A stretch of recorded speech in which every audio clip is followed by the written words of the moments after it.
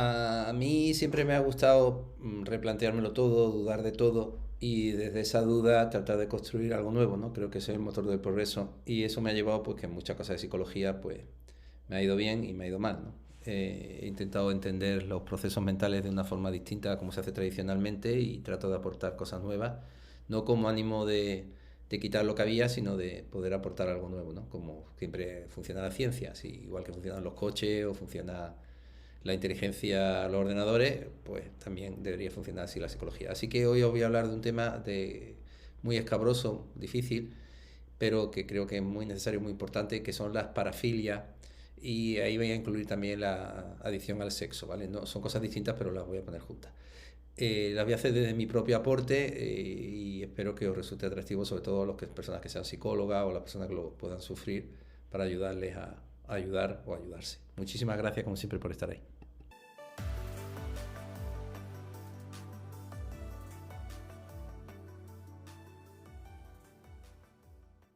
Recientemente ha habido un caso terrible, ¿no? Donde un hombre que era aparentemente un padre de familia ejemplar, vivía en la afuera de París, se mudaron a Avignon, una ciudad en el sur de Francia.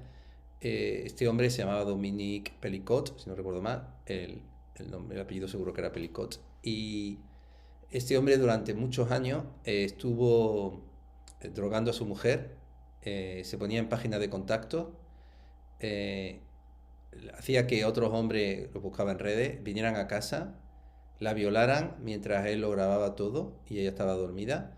Y aparentemente era una persona normal, era una persona integrada en la sociedad, con valores. Se le encuentra porque se le pilla en un supermercado grabando la entrepierna debajo de la falda a dos chicas en un supermercado. La policía le requisa el ordenador, encuentran todos los vídeos y lo que era algo absolutamente despreciable se convierte en algo absolutamente inhumano. Querría dar respuesta a por qué una persona llega a hacer algo así, por qué conserva esos vídeos y de dónde viene esa aparente normalidad, ¿no? Entre la vida diaria y la vida privada, ¿no? Entre la persona y el personaje. Lo primero que voy a hacer es describiros qué es una parafilia y también voy a incluir aquí lo que es la adicción al sexo. Quizás le dedique otro podcast solamente a la adicción al sexo, que también es un tema muy interesante.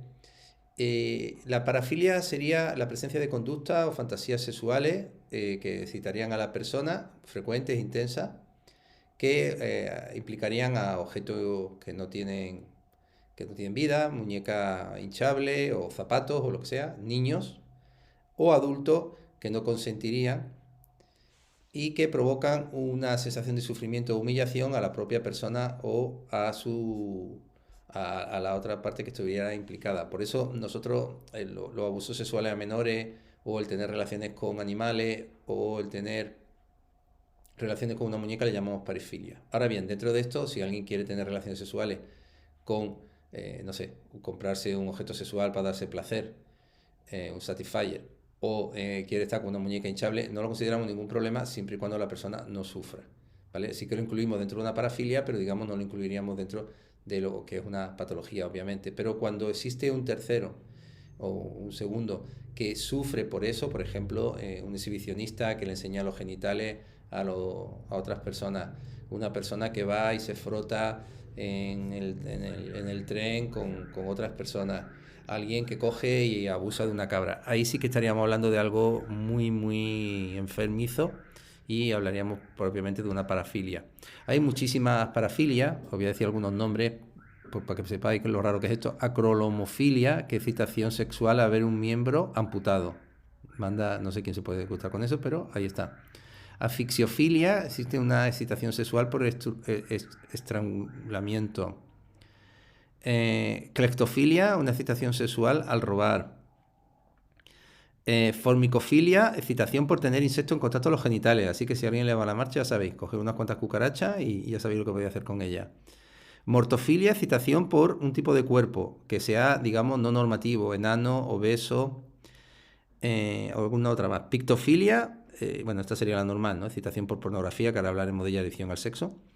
Telefonicofilia, excitación por conversaciones indecentes por teléfono. Aquí, por ejemplo, pues tenemos un ejemplo claro de lo que podría ser una patología. Si yo llamo a alguien sin su consentimiento y le mando mensaje obsceno y la otra persona le horroriza, o lo que sería algo adecuado, que es pues tener, pues, no sé, llevo tiempo sin ver a mi pareja y la echo de menos pues a nivel afectivo y entramos en un juego, ¿no? Pues no sé, de decir no, como decimos comúnmente en España, guarrería. Ahora bien, el otro día, por ejemplo, una persona me hablaba de que su pareja le obligaba a grabarse en directo y poner lo que estaban haciendo sexualmente en canales porno y donde ella se sentía muy mal porque la gente en esos canales ridiculizaba su cuerpo. Claro, obviamente aquí estamos hablando de una parafilia de él y de un trastorno de ella que lo permite, pero en el caso de él, como veremos ahora, lo que va a hacer esto es hacerle sentir poderoso, es decir, puedo hacer lo que quiera, cuando yo quiera, con quien yo quiera. Y esta sería la base de todas las parafilias, una necesidad de poder. Es decir, la persona que tiene una parafilia tiene la capacidad de poder hacer consigo misma o con los demás lo que quiere. Y esto, cuanto más perverso o obsceno sea, en muchos casos, más va a producir una sensación como de bienestar. Hay que entender algo, vamos a ver. Dos cosas. Una, hay un tipo de persona que tienen mucha culpa, sobre todo con temas religiosos o morales, y que tienen mucho miedo, lo que llamamos una fobia al impulso, a hacer algo que sería inmoral o que sería ilegal. Bien, esta persona se tortura muchísimo con la posibilidad de si lo llegara a hacer, y si lo hago, y si lo hago, y si lo hago. Llega un momento que no pueden más, entonces sucumben a esto, ¿eh? Lo hacen, sienten un poco de alivio porque ya lo he hecho y no ha pasado nada, pero inmediatamente les viene una culpa horrible. Paradójicamente estas personas alivian la culpa volviendo a hacerlo. Y en este caso, estas parafilias, que pueden incluir personas que tengan relaciones sexuales con alguien de su mismo sexo, aunque le dé asco, o puede incluir hacer cosas como ver películas de menores, abusando de menores, o incluso llegar a, pues no sé, como me contaba una compañera, a masturbar a su perro. Estas personas sucumben ante esto, sienten alivio y entran en un círculo de culpa, vergüenza, excitación, calma, que lo que le hace es que estar en ese proceso les ayuda a no entrar en otras cosas que son distintas. Pero estas personas en principio no tienen que tener necesariamente un perfil psicopático. Sí, depende de lo que hagan, es decir, no es lo mismo irte con hombres que no te gustan a abusar de un niño, lógicamente, ¿no? Insisto, no hay ningún problema si alguien se va con hombres, mujeres o con los dos a la vez. Lo que hablo es que cuando una persona lo hace y sufre mucho, ¿vale?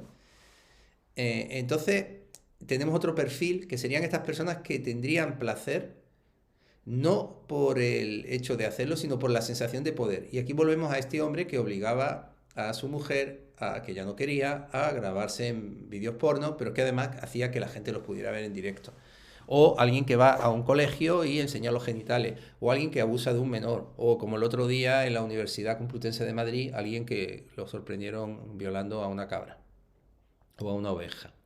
Hay que entender que estas personas, el placer les viene de poder hacer lo que quieran cuando ellos quieren. Si estas personas se vieran ridiculizados por lo que están haciendo, inmediatamente habría una caída, una deflexión horrible de su sistema. Es decir, hay que entender que estas personas lo que les motiva es el poder hacer lo que quieran. Y lo que está detrás es una vergüenza inmensa. Cuanto mayor es la sensación de vergüenza y de fragilidad, más necesitan poder hacer algo que sea transgresor y que le haga sentir, puedo hacer contigo lo que quiera. Grabar los genitales de una persona es una forma de hacer algo transgresor y poder entrar en la intimidad de esa persona y poder observar luego eso y sentirse bien de lo que he logrado y cómo puedo masturbarme o imaginarme lo que quiera o imaginándote a ti. No sabes lo que estoy haciendo.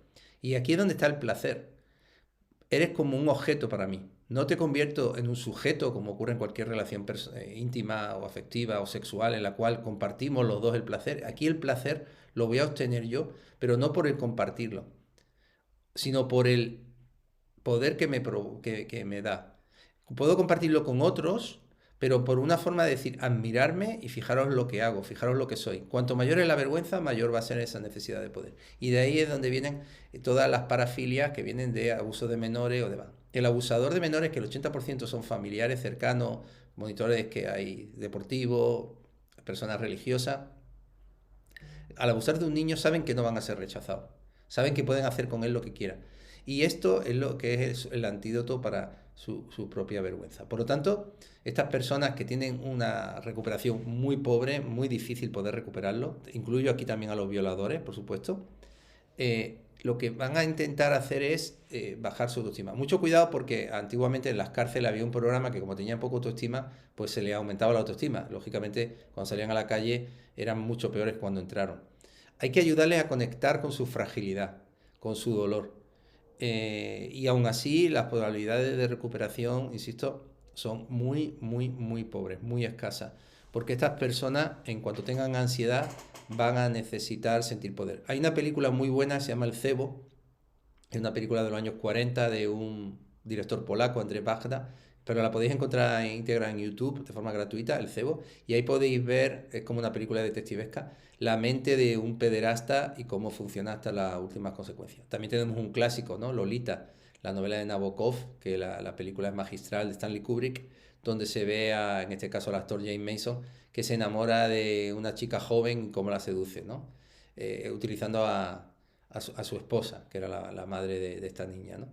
Entonces, estas parafilias estarían relacionadas con una sensación, insisto, de poder, que sería el antídoto que ellos tendrían para poder tolerar una vergüenza extrema.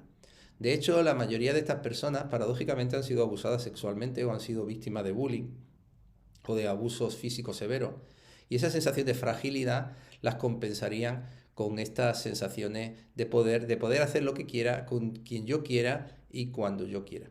Y este sería el origen de las parafilias. Pero a nivel terapéutico hay que diferenciar muy bien a las personas que no sienten remordimiento al hacerlo, ¿sí? Que serían el grupo este más de psicópatas, si queréis, ¿no? Donde el placer viene del sometimiento, mientras que hay otro grupo de personas que sufren mucho al tener que hacerlo, pero no pueden evitar hacerlo. Este segundo grupo sí tiene mucho mejor pronóstico, porque realmente el tema que hay que trabajar con ellos es qué está ocurriendo en su sistema, que está tratando de evitar haciendo este tipo de conducta. Generalmente será mucha ansiedad y mucho miedo, pero hay que entender en cada caso de dónde viene.